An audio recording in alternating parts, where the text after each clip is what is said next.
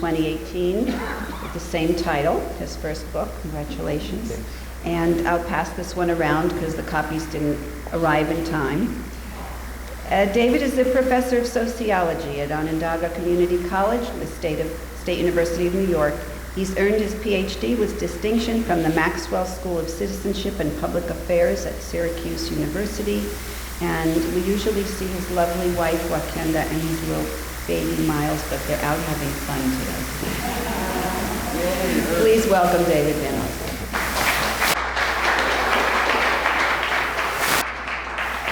The last thing Wakenda wants to hear is another round of me lecturing on temporary workers. She has heard this a few times. Thanks for having me. I really appreciate it. And happy Labor Day and Labor Day weekend. I'd like to pause and thank all the workers that made this event possible.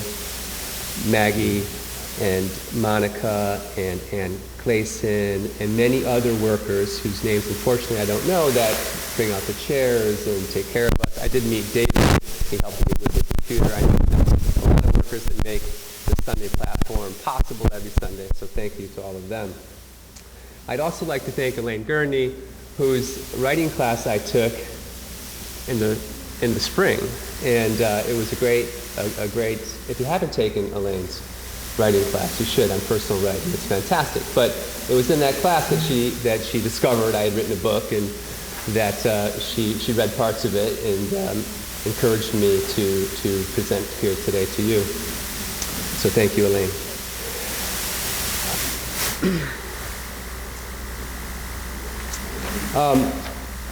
I'm going to be speaking with you today about temporary work and employment agencies, of which there are a few varieties. Most agencies fall within two broad categories, and I'll talk more about these categories, but I just wanted to put them out to you at this point. First, there's a variety of employment agencies that I'm going to refer to as corporate employment agencies. Second, there's a variety that I'm going to call non-corporate employment agencies. And we'll get into some of the delineations between these two varieties, but essentially the non-corporate employment agencies are smaller, private, mama-papa shops. They're less regulated. They can operate under some of the legal provisions of providing work. We'll get into that shortly. Corporate employment agencies are firms that act as third-party employers. They essentially rent workers on their payroll to other employers for temporary periods. This variety of an employment agency has been around for a long time, though its growth in the last 3 or 4 decades has been exceptional. We should note that President Trump's Department of Labor has come down strongly on the side of reducing regulations that limit employers' power to set the terms of how they hire workers. The department recently issued an opinion letter siding with an employment agency and other agencies, and with Uber, stating that respective workers of employment agencies and in the gig economy and other temporary firms are not employees but independent contractors.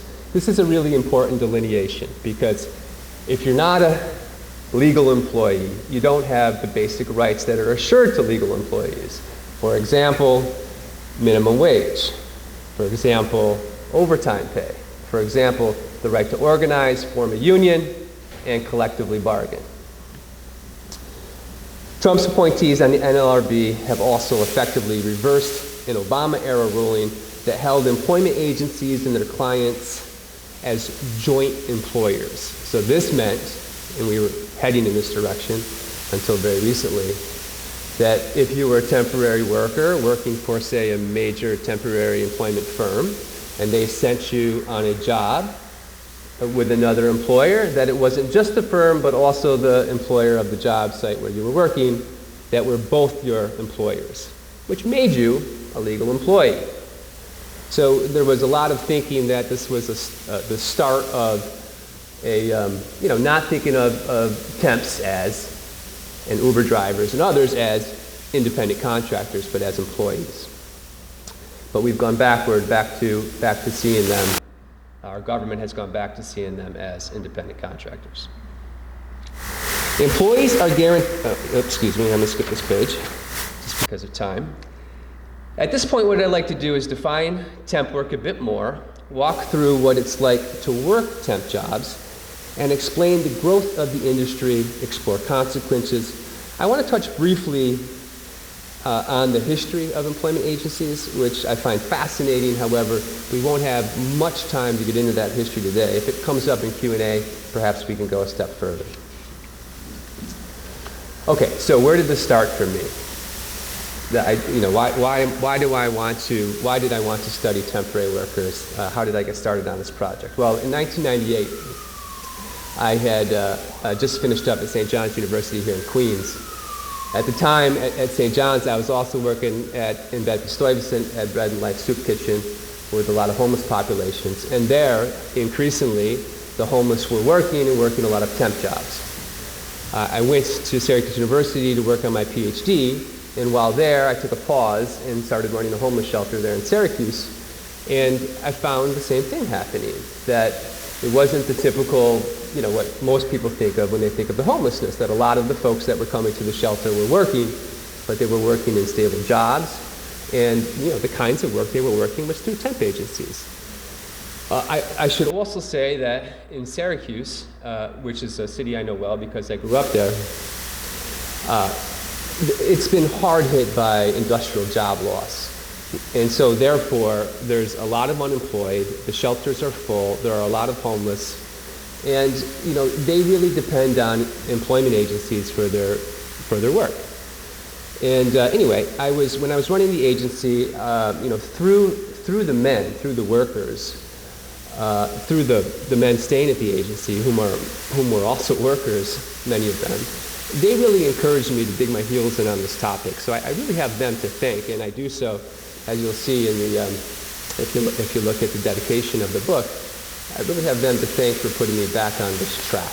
Okay, so that's let's move forward here. This picture, I want to describe this.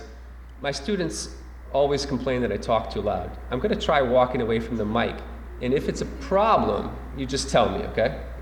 Okay. So this picture here is a lineup, and the lineup happens at around 5:30 in the morning at this particular employment agency. You'll see that I'm not going to use the names of a lot of agencies because I'm protecting the interest of my workers by not mentioning them. Not mentioning the agency, not mentioning the workers' names. So the book is filled with pseudonyms for that reason. I depend on them to give me information on the agencies. If they have not so nice things to say about agencies or the folks that work for them, obviously that information could get back to both the agency or the employer, and then they're out of the job. So I'm very sensitive to that. So this is a lineup of workers at a particular employment agency. And this is the sort of thing that you would see early in the morning as the doors to an agency opens. This is a line to a counter down here, and they're signing in to be dispatched for the day. This particular employment agency falls within that realm of a corporate employment agency, which is to say that it is a subsidiary of a parent company that has agencies around the globe, which is to say that you can purchase stock in this company, which is to say that many of us, if we have retirements, do have stock in this company, and which is, we'll go on and on about this in a little bit. However, these workers are employed for this agency. That's what a corporate employment agency is. They are on the payroll of this employment agency, okay? What's interesting is they check in at 5:30 and sit down and wait to be dispatched. About half of them get dispatched through the day, generally in my experience. So imagine we all went into the agency. We were like them. We sat down. We're waiting for the job dispatcher to call us up and say, okay, you got a job, and to send us off on a job. We don't get paid until after we go on a job, which I think is a violation of something called the Portal to Portal Act, which we could get into the weeds on this, but I do think that they are on-call workers, that their on-callness is what makes this industry, as you'll see soon, so profitable. In other words, if half of you got sent out on a job and the other half didn't, the half that didn't is really desperate for a job, right? And so they're willing to take whatever job is offered to them, sometimes at a lower wage. This particular agency is never not going to pay you minimum wage because they're a corporate employment agency and they have to abide by the rules of the country. So you're always going to get minimum wage, and that's typical of this agency actually, around minimum wage. The agency gets minimum wage too, right? So every time they send you out on a job, you get minimum wage for the hours you work for another client, and they usually get at least that, if not more. So they rent you, right? They sell you and they rent you. However, the point I'm making is that those that don't go out are more desperate, and therefore they wait longer, they're there, they are on call hoping to get dispatched. And that commitment to the agency, I think, is a kind of work commitment, right? And therefore they should be rewarded. And also it's that commitment is what makes these companies so profitable, and therefore they should be rewarded for that wait time, but they're not. Okay, let's proceed. So this is another picture of another employment agency. Can everybody hear me? Am I doing okay? Okay, all right. This is another picture of another employment agency. You'll notice that all the pictures are a little blurry. That's on purpose. I'm trying to protect the identities of the workers. But it's, so these are the workers that didn't get dispatched. This is about an hour later, the same agency. These workers have not been dispatched, so now they're sitting and they're waiting. They might go out, they may not. There are 17,340 what I'm calling corporate employment agencies in the United States. And here you see the growth. The growth was strongest in the 80s and the 90s. Today, we still dispatch around 4 million workers a day through this industry. 17 million a year. So that goes to show you, right? It's not the same workers that are being dispatched, every day. That the actual number of employment agency workers is quite large. They just all don't get work in a day. My experience, and I've worked employment agency jobs across the United States, again, about half the workers at an agency go out on a job in that day. So if there are 4 million workers that go out, there's apt to be another 4 million in reserve waiting. And that's a number that's really not reported anywhere, by the way, the number that don't get dispatched. Here's a local, I started off doing research in Syracuse. I always think it helps if you've got a big macro view of an industry to take a micro view and just look at the growth just in Syracuse, New York alone. Okay, 4 agencies in 81, doubles by 87, and you see by 2014 there are 44. Okay, government-backed open labor markets. The government's supposed to protect workers. But, the 80s and 90s, we had this sort of interesting thing going, right? Which is when this movement towards considering workers independent contractors. And as this industry got more powerful and bigger and stronger, its lobbying power increased. There used to be some protective provisions within temporary work that said if you worked 90 days on a temporary ticket, on the 91st day you had to be offered a job, a full-time job, or a permanent job with that company. That provision's gone. It sort of disappeared in the night. Hardly anybody noticed. The industry has gotten a lot of power as it's gained profit, and with that power, it's really lobbied hard with government to, you'll see, to really make vacuous any employment regulation with employers. But here we have Alan Greenspan, former Federal Reserve Chairman across 3 presidents, articulating why flexible labor is so good for the economy. Flexibility is most readily achieved by fostering an environment of maximum competition. A key element in creating this environment is flexible labor markets. Many working people, regrettably, equate market flexibility with job insecurity. Despite that perception, flexible labor policies appear to promote job creation, not destroy it. An increased capacity of management to discharge workers without excessive cost, for example, apparently increases companies' willingness to hire without fear of unrepeatable mistakes. Now, hopefully as I go on today, you'll come back to this and think like, oh, this is what Alan Greenspan means when he says that companies can hire workers and discharge workers with very few commitments to them. Of course, companies like this. I don't have to pay a severance when I fire you. I don't have to put you on retirement, pay your pension, health insurance costs. I don't even need a human resource department because the employment agency is the human resource department. So here's the revenue of the 10 largest corporate employment agency firms. These are all parent companies. They own many subsidiaries. And as I said, most of them are global, and all of them are exchanged in all of the global public stock exchanges. So Adecco's number one. The revenue is at $22 billion. Is that million? It's amazing to think that it can be that much. Manpower Group at 20 billion, Randstad Holding 19, Hayes, Kelly Services, as we go down. Nearly $1 trillion of operating revenue across the industry. Types of work dispatched by corporate employment agencies. The top two are industrial and clerical. They constitute most of the work dispatched in the industry. Now, some of these other areas, professional engineering, healthcare, you run into temps and you say, look, I'm doing great. I'm making good money. I'm making $35 an hour as a temp.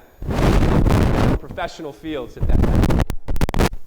It's not happening in the largest segments of the industry, which is clerical and industrial. Now, you should know, by the way, there's kind of gender disparity still between a lot of the industrial work and a lot of the clerical work.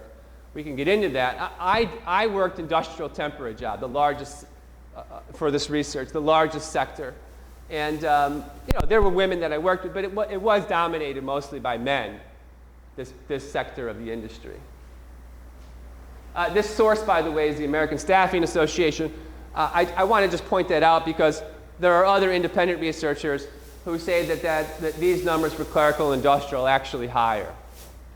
This is an advocacy group for the staffing industry.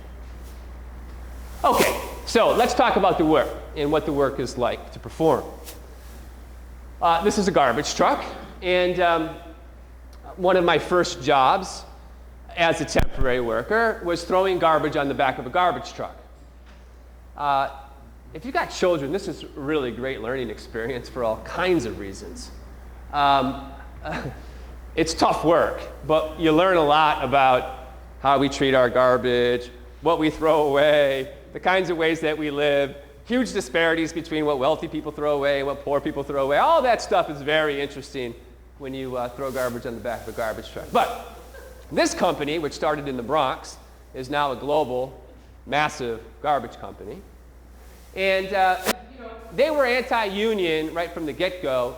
And as they moved out of New York, in a time when access to temporary workers was growing in the 80s and 90s, what they did was they realized they could legitimate putting one worker per truck because they had innovated that truck with an automated hydraulic throwing arm that throws the garbage, right? So they had come around to their customers, often customers in suburban areas, in suburban districts, and they say, look, we got a great deal for you. We'll give you this garbage can. Let's say that, for example, and this is very true in Syracuse, there were union garbage companies with a driver and two throwers. Everybody was union. Now, you pay, in the suburbs, it's not like a municipal garbage service. You pay your monthly fee for your garbage to get picked up, okay? If I show up to you and say, hey, you're paying $50 a month to have your garbage picked up. I got a great deal for you. I'm going to give you these nice cans, and you're only going to pay $40. You're going to say to me, sign me up.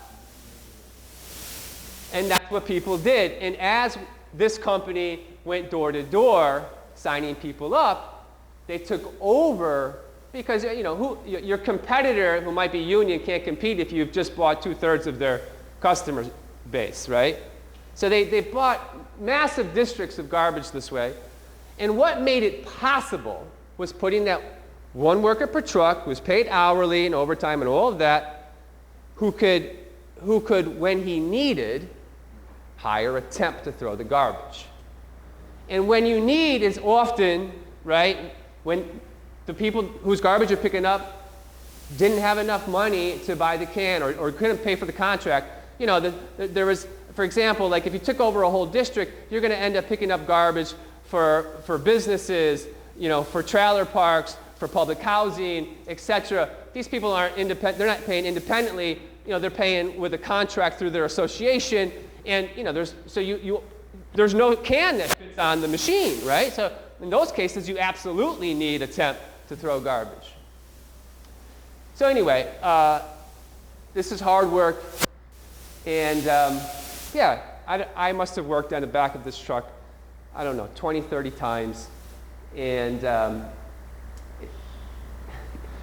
one of the more depressing stories for me was running into workers at the agency who were told that, who had been union garbage throwers making over $20 an hour for the company that was bought out by this company, or I should say, they bought out the routes. This company bought out the routes, but they were told, hey, if you want to get a job in your old occupation, this is on throwing garbage in the back of your garbage truck. You may want to try going down to this agency to see if you can, prove that you're still good at it. This is not how it works down there, And meeting these guys down there that were told that was quite the experience. Okay, so I said in that heading, you may have missed it, I should have pointed out, I called it adjuncts to technology, because that's in many ways what temps are, right? I mean, companies want to technologically innovate, and when they do, they can reduce their labor, but sometimes they still need labor, right? So, and when they need it, the thing about temps is you can just call them in, use them, and then send them home when you don't need them. There are two other terms that are very popular in terms of production and capitalism today, and that's flexible manufacturing and just-in-time production. They also have to do with technology. But the idea of flexible manufacturing is you only produce a good when and if there's a demand.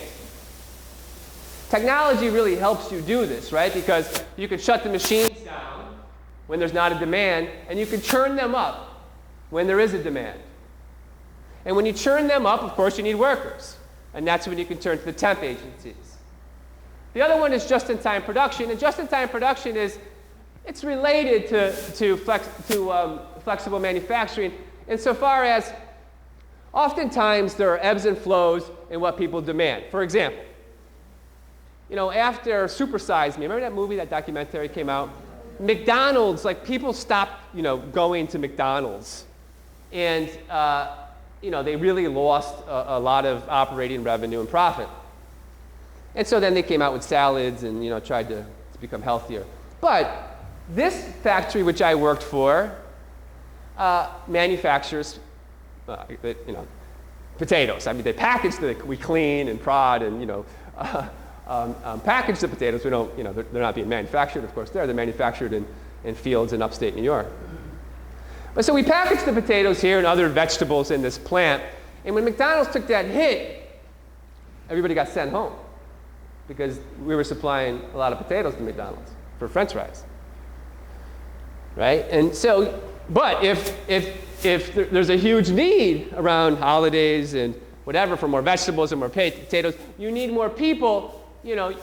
That's the just-in-time. Like suddenly there's a market shift, and there's a strong need for some good, and we can meet that need quickly with temp workers.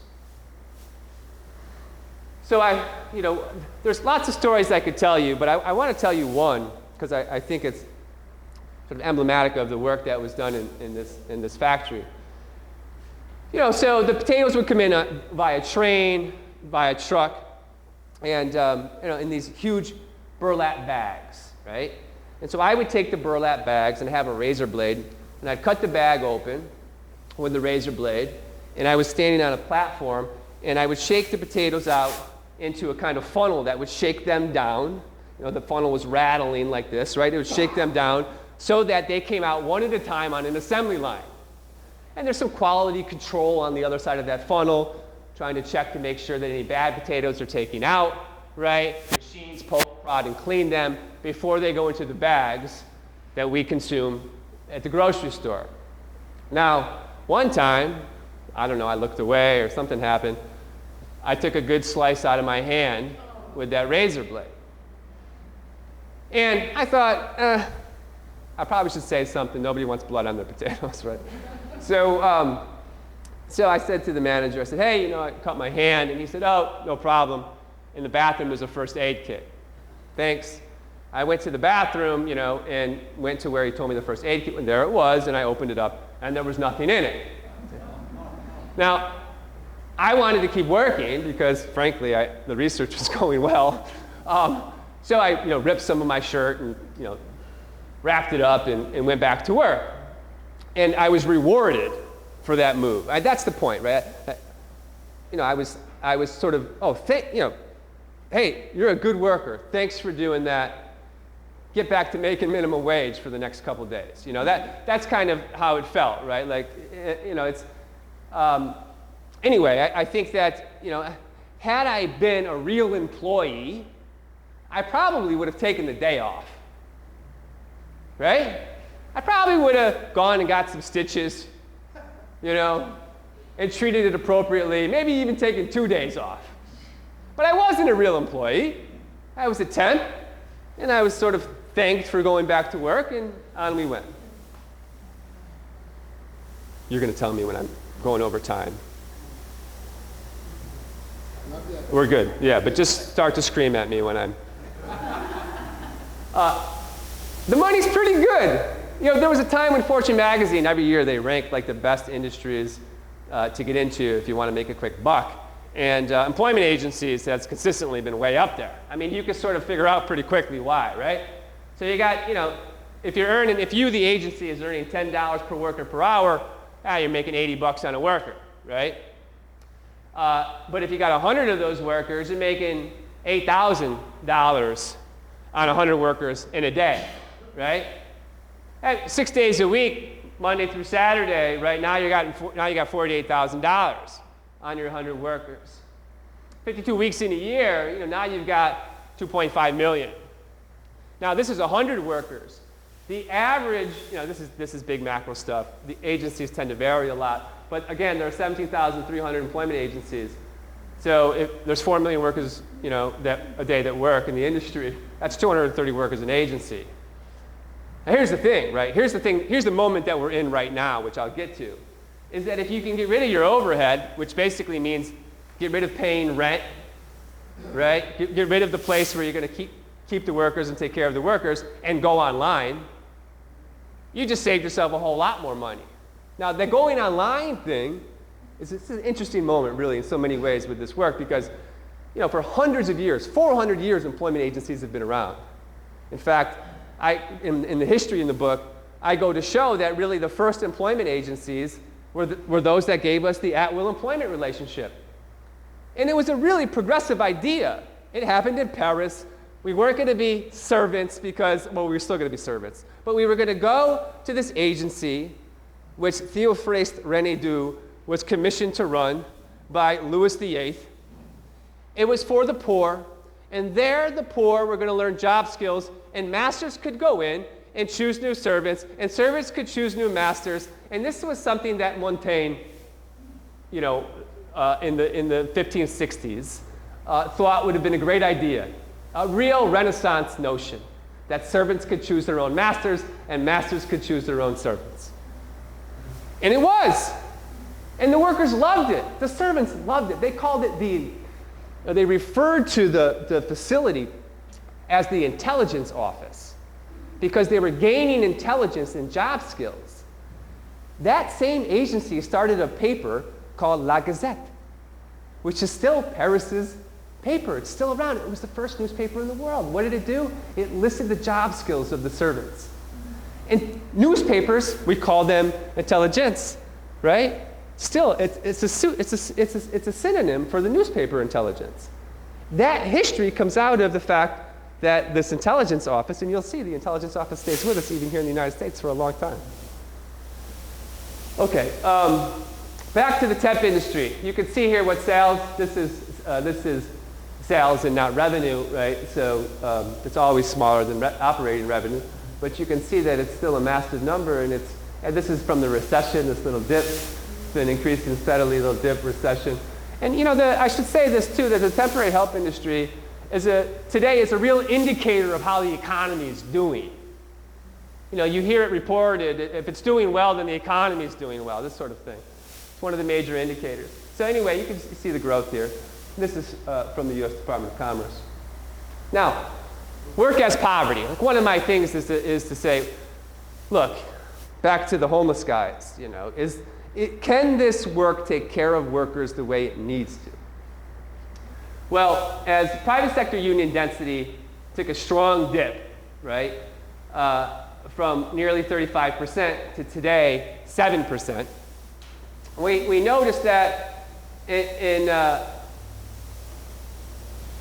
it sort of mirrors this chart, the growth in temp work. No surprise, right?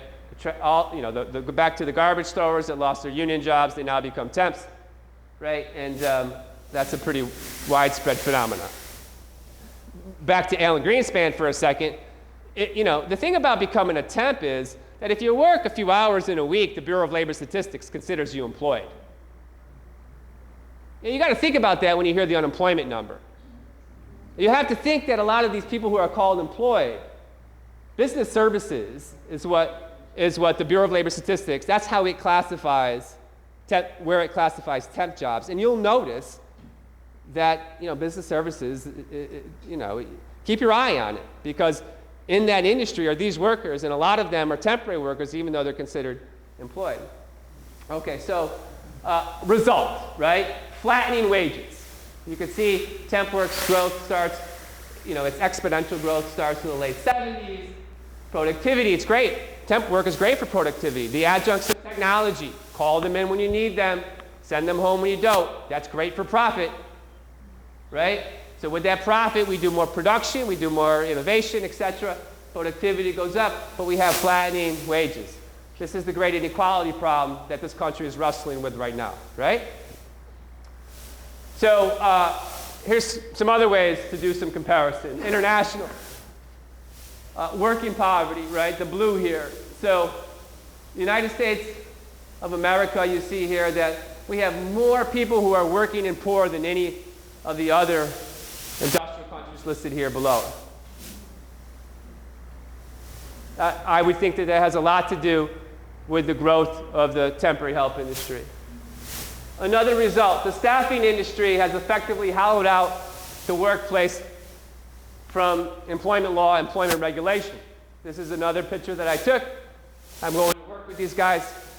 We're off to a job. What we're going to do is we're going to do demolition of a restaurant, demolition of an old bank that wants to be a restaurant. And we spent weeks on that job, just taking down all the walls and getting it ready for construction. But I use this picture, to bring this meaning home, because when you show up on a work site as a temp, just like when I was working for the other companies, whether it's garbage, whether it's food processing, nobody knows my name. Nobody knew the management doesn't know your name. You're not their worker. You're not their employer. You're just spending your labor with them. So they don't have any personal information on you. Now, another result. With hollowing out the workplace, it's made it very easy for these new startup companies that everybody calls gig economy, as if it's a good thing, to do well. And again, you'll see that if you want to get rich fast, create an app. What these companies are, they're just providing temp workers. in lots of them, you sign up on an app. I'll just show you here real quickly. I won't take the time. I'll show you afterwards. You sign up on an app, and now the waiting room, the old waiting room, is on your phone. You're all waiting together to get dispatched from an app on your phone. Now, this has happened throughout history. As soon as this industry starts to get criticized, it just changes its name. The gig doesn't come from critics of the work. The gig comes from insiders, those that are providing the work. You see it in their name, gigster.com. Makes it sound like a lot of fun, too. And sometimes it is fun. Don't get me looking. Sometimes it is. And you meet, if you use one of these companies to hire somebody to paint your walls or put your TV together or whatever it is, right? And you talk to them about it, sometimes they may like it. Anyway, it's the same thing. All of these, I've been to the annual conferences put on by the American Staffing Association and the international staffing orgs. These companies are always there. They're a part of the industry. Okay, a little history, just a little touch on it. We'll return to it in Q&A if we get a chance. So you can't see the entire heading here. It got cut off. This is called the Statute Hall. And I put this here because it's another interesting time where a name change happened. That intelligence office concept, it made its way to England where it privatized. During colonialism, many indentured servants and other sorts of workers in factories found their placement through the intelligence offices of London. And here is one, but this particular company, as others, it changed its name. Why? Because people were ridiculing and criticizing the intelligence office in the newspaper. So, if you want to start a business and the name has a negative association, what do? Change the name, right? So this is called Statute Hall. And, darn it, it got cut off here by the banner up top, but there's a chandelier there. And, this artist, John Goldar, is critical of what's going on here. And you know this because on the chandelier it reads, Cheadle Statute Hall, right? Cheadle. But here you see workers trying, here's the dilemma we're in. And Maggie said this to me when we started. You see the workers trying to get in, and this guy with the staff's keeping them away.